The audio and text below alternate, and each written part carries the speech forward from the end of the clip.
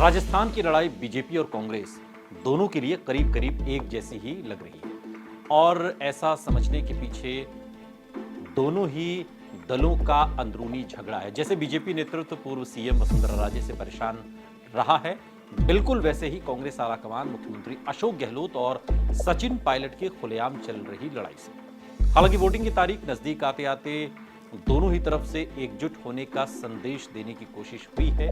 जैसे वसुंधरा राजे को पहले दरकिनार करने की कोशिश हुई, लेकिन बाद में उनका सम्मान और दिखावे के लिए ही बीजेपी की तरफ से ख्याल रखे जाने का संदेश दिया गया। सचिन पायलट को भी अशोक गहलोत के साथ कुछ पोस्टर में देखा जाने लगा बात के दिनों में, जैसे जैसे चुनाव करीब आ रहा है। बीजेपी खेमे से एक खबर यह भी आई कि राजस्थान बीजेपी के नेताओं और कार्यकर्ताओं को वसुंधरा राजे के सम्मान में कोई कमी नहीं रखनी है, लेकिन उनसे निर्देश लेने की बिल्कुल भी जरूरत नहीं है। काफी दिनों से राहुल गांधी के राजस्थान से दूरी बना लेने के पीछे भी खासी चर्चा रही और ऐसा होने के पीछे अशोक गहलोत से उनकी नाराजगी मानी जा रही थी। उम्मीदवारों के टिकट बंटवारे के तौर तरीके पर भी कांग्रेस आलाकमान खफा बताया जा रहा था। बहरहाल मतदान से ठीक पहले राहुल गांधी राजस्थान पहुंच गए। राजस्थान में विधानसभा चुनाव के लिए 25 नवंबर को वोट डाले जाने हैं। 19 नवंबर को राजस्थान के अलग अलग इलाकों में राहुल गांधी के साथ प्रधानमंत्री नरेंद्र मोदी की मौजूदगी रही थी। प्रधानमंत्री मोदी का भाषण, जहां राजस्थान की कांग्रेस सरकार के कामकाज और अशोक गहलोत पर फोकस दिखा, वहीं राहुल गांधी का पूरा जोर जातिगत जनगणना की मांग के साथ ओबीसी वोटर पर केंद्रित रहा। वैसे भी अपना फेवरेट टॉपिक अडानी ग्रुप का कारोबार वो नहीं भूले और प्रधानमंत्री मोदी का भारत माता की जय की जगह अडानी की जय जयकार की सलाह दे रहे थे। राजस्थान की चुनावी चरम पर पहुंचने से पहले ही बीजेपी की तरफ से उदयपुर के कन्हैयालाल हत्याकांड को मुद्दा बनाने की काफी कोशिश की गई, लेकिन धीरे धीरे नेताओं के भाषण में दूसरे मुद्दों पर भी जोर दिखा। पीएम मोदी के भाषण में भी लाल डायरी के बहाने भ्रष्टाचार का जिक्र सुनने को मिला, लेकिन राहुल गांधी शुरू से ही जिस मुद्दे को लेकर आगे बढ़ रहे हैं उसी पर पूरी ताकत झोंक रहे हैं। राजस्थान चुनाव में भी राहुल गांधी का जोर जातिगत जनगणना पर देखने को मिला अब तक, और ध्यान ओबीसी वोटर पर है। राजस्थान की 200 सदस्यों वाली विधानसभा में कांग्रेस और बीजेपी दोनों ही बराबर ओबीसी उम्मीदवार दोनों ने उतारे हैं। कांग्रेस ने 72 सीटों पर ओबीसी नेताओं को टिकट दिया, जिनमें 34 जाट बिरादरी से आते हैं। बीजेपी ने भी 70 ओबीसी उम्मीदवार चुनाव मैदान में उतारे, जिनमें 33 जाट बिरादरी से आते हैं। अब इस पूरे गणित को आप समझिए। यह भी देखने वाली बात है कि राहुल गांधी जाटों का सीधे सीधे जिक्र नहीं कर रहे, बल्कि सिर्फ ओबीसी समुदाय की बात कर रहे हैं। असल में राजस्थान में राजपूत और जाट दोनों ही ओबीसी हैं और ऐसा माना जा रहा है कि राजपूतों का झुकाव अब भी बीजेपी के पास है, लेकिन जाट परंपरागत रूप से कांग्रेस के साथ रहे हैं। राहुल गांधी बार बार जोर देकर केंद्र के 90 सचिवों में से सिर्फ 3 ओबीसी का मुद्दा उठा रहे हैं। ओबीसी के बहाने राहुल गांधी जातिगत जनगणना का मुद्दा भी उठा रहे हैं। वो अपनी मांग पर जोर दे रहे हैं और कह रहे हैं कि सरकार आते ही ऐसा करेंगे। ठीक वैसा ही केंद्र में कांग्रेस की सरकार बनने की बात करेंगे। दूसरी तरफ बीजेपी अभी ओबीसी सर्वे की तैयारी कर रही है, लेकिन ऐसा लगता है कि विधानसभा चुनाव के नतीजों के आधार पर ही बीजेपी अपना अगला फैसला लेगी और फिर राहुल गांधी अचानक प्रधानमंत्री मोदी के ओबीसी होने पर भी सवाल खड़ा कर ही देते हैं।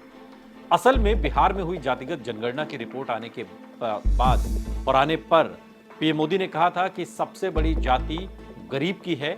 अब राहुल गांधी पूछ रहे हैं कि अगर ओबीसी कोई जाति नहीं तो मोदी ओबीसी कैसे हो गए। राजस्थान की एक चुनावी सभा में राहुल गांधी कहते हैं कि जब लोगों को बांटने की बात आती है तो मोदी जातियों का सहारा लेते हैं, और जब लोगों को अधिकार और लाभ देने की बात आती है तो दावा करते हैं कि भारत में गरीबी को छोड़कर, गरीबों को छोड़कर कोई जाति मौजूद नहीं। पीएम मोदी से राहुल गांधी ने यह सवाल पूछा कि अगर भारत में कोई जाति नहीं है तो आप ओबीसी कैसे हुए। कन्हैयालाल हत्याकांड के साथ राजस्थान की कांग्रेस सरकार को घेरने के लिए बीजेपी की तरफ से भ्रष्टाचार और खासतौर पर पेपर लीक का मामला भी जोर शोर से उठाया गया है। बीजेपी के मैनिफेस्टो में तो सरकार बनने पर पेपर लीक केस की जांच के लिए एसआईटी का गठन भी की घोषणा भी की गई। जब राहुल गांधी ओबीसी को लेकर सवाल पूछ रहे थे तो प्रधानमंत्री मोदी एक चुनावी रैली में कांग्रेस शासन में भ्रष्टाचार का मुद्दा उछाल रहे थे। पीएम मोदी लोगों को समझा रहे थे कि अशोक गहलोत की जादूगरी अब लाल डायरी में दिखने लगी है। कांग्रेस के ही एक बागी नेता की तरफ से चुनावों से कुछ समय पहले सामने लाई गई लाल डायरी को बीजेपी नेता भ्रष्टाचार के लॉगबुक के तौर पर पेश उन्हें किया जा रहा है। पीएम मोदी लोगों से कह रहे हैं कि अगर वो बीजेपी की सरकार बनवाते हैं तो राजस्थान से भ्रष्टाचारियों की जमात को खत्म कर दिया जाएगा। इससे पहले पीएम मोदी कन्हैयालाल हत्याकांड के बहाने राजस्थान में कानून व्यवस्था से लेकर आतंकवाद तक के मुद्दे को जोर शोर से उठाते रहे। कन्हैयालाल हत्याकांड का असर उदयपुर के उन्हीं कुछ इलाकों में है जहां कन्हैयालाल का परिवार रहता है, लेकिन बाकी जगह कोई खास असर इस मुद्दे का लग नहीं रहा। यहां तक कि कन्हैयालाल का परिवार भी उनके नाम पर राजनीति से अब दुखी है, क्योंकि वो लोग लगातार इंसाफ की मांग कर रहे हैं, जिसका इंतजार उन लोगों को आज भी है। कन्हैयालाल के परिवार के लोग उनकी हत्या को राजनीतिक मुद्दा बनाकर चुनाव में भुनाए जाने से बहुत नाखुश हैं। परिवार के लोगों का कहना है कि कन्हैयालाल का नाम उछाल कर सियासी फायदा उठाने की कोशिश हो रही है। परिवार की ये भी शिकायत है कि शुरू में तो कई नेता और मंत्री उन लोगों से मिलने पहुंचे रहते थे, लेकिन अब उन्हें कोई नहीं पूछता। कन्हैयालाल के दोनों बेटों ने पिता को इंसाफ मिलने तक अस्थियां विसर्जित न करने के साथ साथ बाल नहीं कटवाने और नंगे पांव चलने का संकल्प ले रखा है। हाल के चुनाव प्रचार को देखें तो प्रधानमंत्री मोदी के खिलाफ बोलते वक्त राजस्थान के सीएम अशोक गहलोत या तो नैतिकता की बात कर रहे हैं या फिर अपनी तरफ से तथ्य पेश करके अपनी बात रख रहे थे। और कन्हैयालाल केस इस बात का सबसे बड़ा उदाहरण है। जब गृह मंत्री अमित शाह ने कन्हैयालाल हत्याकांड के आरोपियों को गिरफ्तार करने का श्रेय एनआईए को दिया था, तो अशोक गहलोत ने सामने आकर यह दावा किया कि किस तरह राजस्थान पुलिस ने 4 घंटे के भीतर ही आरोपियों को पकड़ लिया था। एनआईए को मामला सौंपे जाने की बात भी सरकारी आदेश की कॉपी के साथ की थी और बीजेपी नेतृत्व के दावों पर बस इतना ही कहा कि जैसी बातें वो कर रहे हैं वैसी नहीं करनी चाहिए। अशोक गहलोत अपनी तरफ से जवाब तो देते रहे, लेकिन राहुल गांधी की तरफ आक्रामक नहीं दिखे। उतने आक्रामक तो कभी नहीं जितना उनको सचिन पायलट के नाम पर कई बार देखा जा चुका है। वो अपने तरीके से अपने लोगों को अपनी बात समझाते रहे। राहुल गांधी तो सीधे तौर पर पीएम मोदी पर हमला बोल देते हैं, लेकिन कांग्रेस नेता का भाषण सुनकर कभी कभी तो ऐसा लगता है जैसे वो विधानसभा के लिए नहीं बल्कि राजस्थान में लोकसभा के लिए वोट मांग रहे हैं। अगर वास्तव में ऐसा कुछ है तो मान लेते हैं और मानकर चलना भी होगा कि अशोक गहलोत से राहुल गांधी की नाराजगी कम नहीं हुई। राजस्थान को लेकर राहुल गांधी के बयान पर भी कांग्रेस के भीतर और बाहर काफी हैरानी जताई जा रही है।